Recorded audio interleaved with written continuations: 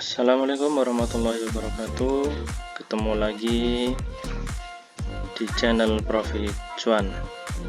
Nah, pada video kali ini teman-teman semuanya, saya akan membahas tentang materi akumulasi dan distribusi.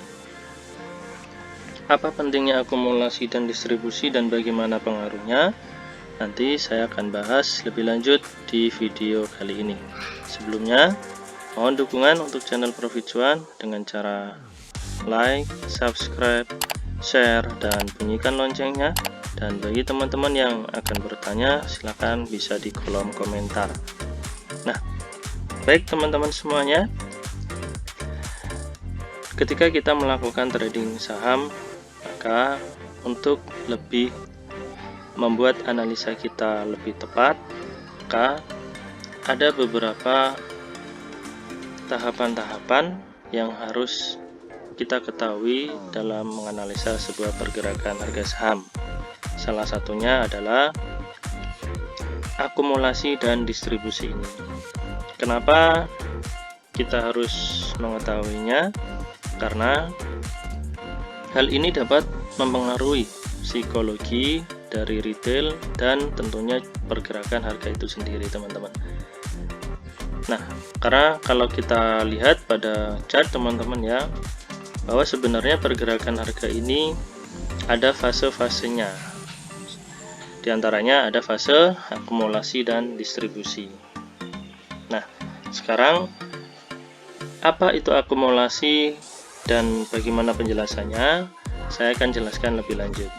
Yang pertama adalah tahap akumulasi.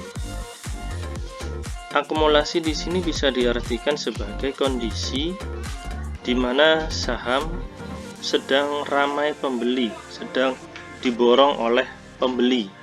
Nah, pembeli yang seperti apa? Tentunya dalam hal ini adalah market maker. Nah, apa sih tujuannya market maker ini atau MM ini melakukan akumulasi? Karena biasanya ketika MM ini melakukan tahap akumulasi, mereka beranggapan, mereka memiliki pemikiran bahwa sebuah saham ini akan berpotensi untuk naik, teman-teman semuanya. Nah, sebagai ilustrasinya, untuk tahap akumulasi, di sini terlihat ilustrasinya bahwa antara buyer dan seller ya. Nah, jadi ketika tahap akumulasi ini ada beberapa pihak ya, satu atau dua, dalam hal ini tentunya sekuritas ya teman-temannya, market sekuritas yang dipakai oleh MM ini yang dominan untuk melakukan pembelian. Sehingga kalau kita lihat di gambar sini, jumlah buyer lebih sedikit daripada jumlah seller, gitu ya. Jadi satu atau dua sekuritas ini aktif terus melakukan pembelian dari sekuritas lain yang lebih banyak. Nah, biasanya teman-teman, untuk sekuritas-sekuritas yang dominan ini tadi, ini melakukan pembeliannya itu dengan cara hajar kanan gitu ya. Kenapa? Agar nanti tercipta untuk menciptakan partisipasi gitu, sehingga nanti dampaknya harga akan memiliki potensi atau berkecenderungan untuk naik, teman-teman. Nah, jadi bisa disimpulkan bahwa ketika tahapan akumulasi, jumlah buyer ini lebih sedikit daripada jumlah seller. Nah, kemudian sebaliknya, bagaimana dengan tahapan distribusi? Distribusi di sini bisa diartikan sebagai aktivitas dari market maker yang tentunya sudah memiliki saham tersebut ya, itu untuk dijual sahamnya dengan tujuan nggak lain untuk profit taking. Nah, biasanya market maker ini melakukan kegiatan profit taking ini setelah mencapai target price yang sudah mereka tentukan. Jadi mereka akan menjual saham tersebut sehingga saham tersebut akan berangsur-angsur turun harganya teman-teman. Nah, ilustrasinya adalah kalau kita lihat di sini teman-teman, jumlah buyer ini lebih banyak daripada jumlah sellernya, gitu ya. Nah, pada tahapan distribusi ini teman-teman, ada satu atau dua sekuritas yang dominan untuk melakukan penjualan. Nah, sehingga satu atau dua sekuritas ini aktif melakukan penjualan ke sekuritas-sekuritas lain yang lebih banyak. Nah, sekuritas-sekuritas ini melakukan penjualan tersebut tentunya dengan cara hajar kiri ya, gunanya untuk menciptakan suatu kekhawatiran teman-teman, sehingga dampaknya harga akan berkecenderungan untuk turun. Nah, seperti itu. Nah, kemudian bagaimana cara kita bisa melihat suatu saham tersebut dalam fase akumulasi atau distribusi? Sebenarnya kita bisa melihatnya di sekuritas kita masing-masing teman-teman ya. Teman-teman bisa cek pada net buy atau sell summary.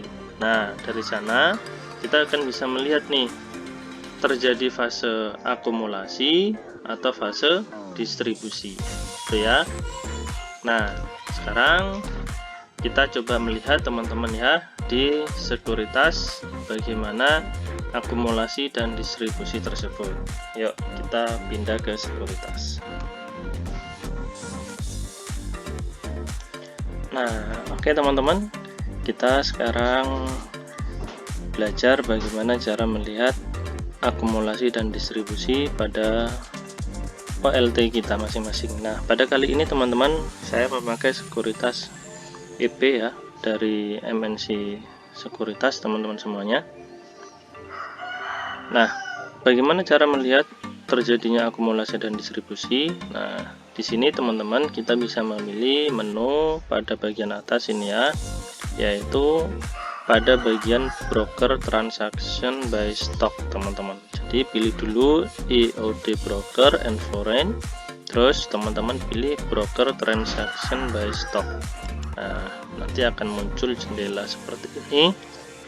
Nah, di sini teman-teman pertama pilih dulu emiten apa yang mau teman-teman lihat untuk fase akumulasi dan distribusi.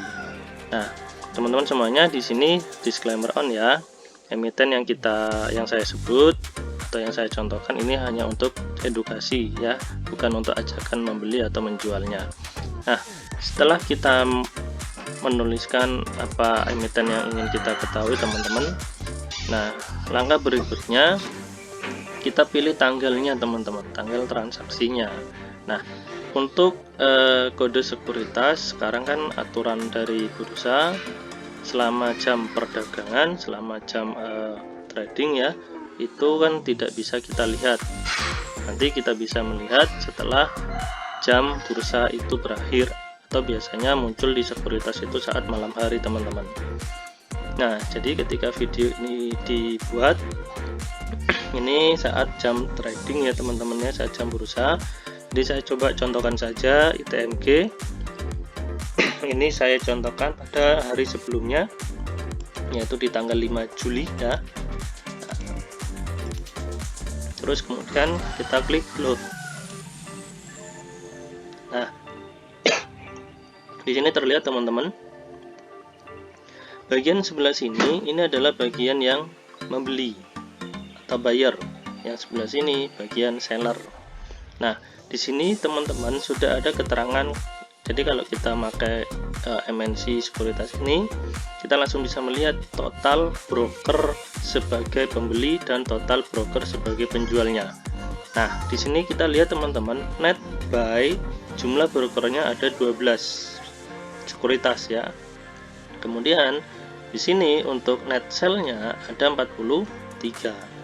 Nah, dari sini kita bisa melihat bahwa jumlah pembeli lebih sedikit daripada jumlah yang menjualnya, sehingga bisa dikatakan pada tanggal 5 Juli terjadi fase proses akumulasi pada emiten ITMG ini teman-teman ya, dengan sekuritas atau broker yang aktif melakukan pembelian. Yang tertinggi atau yang terbanyak adalah CS dengan kodenya CS ya, sedangkan untuk broker yang aktif menjual ya yaitu berkode YP teman-teman. Nah ini di bagian paling atas ini ya. Nah jadi semudah itu teman-teman untuk melihat saham tersebut terjadi akumulasi atau distribusi. Nah baik teman-teman, itu saja video pembahasan kita tentang topik akumulasi dan distribusi. Semoga bermanfaat dan bisa menambah kepercayaan teman-teman dalam menganalisa sebuah saham.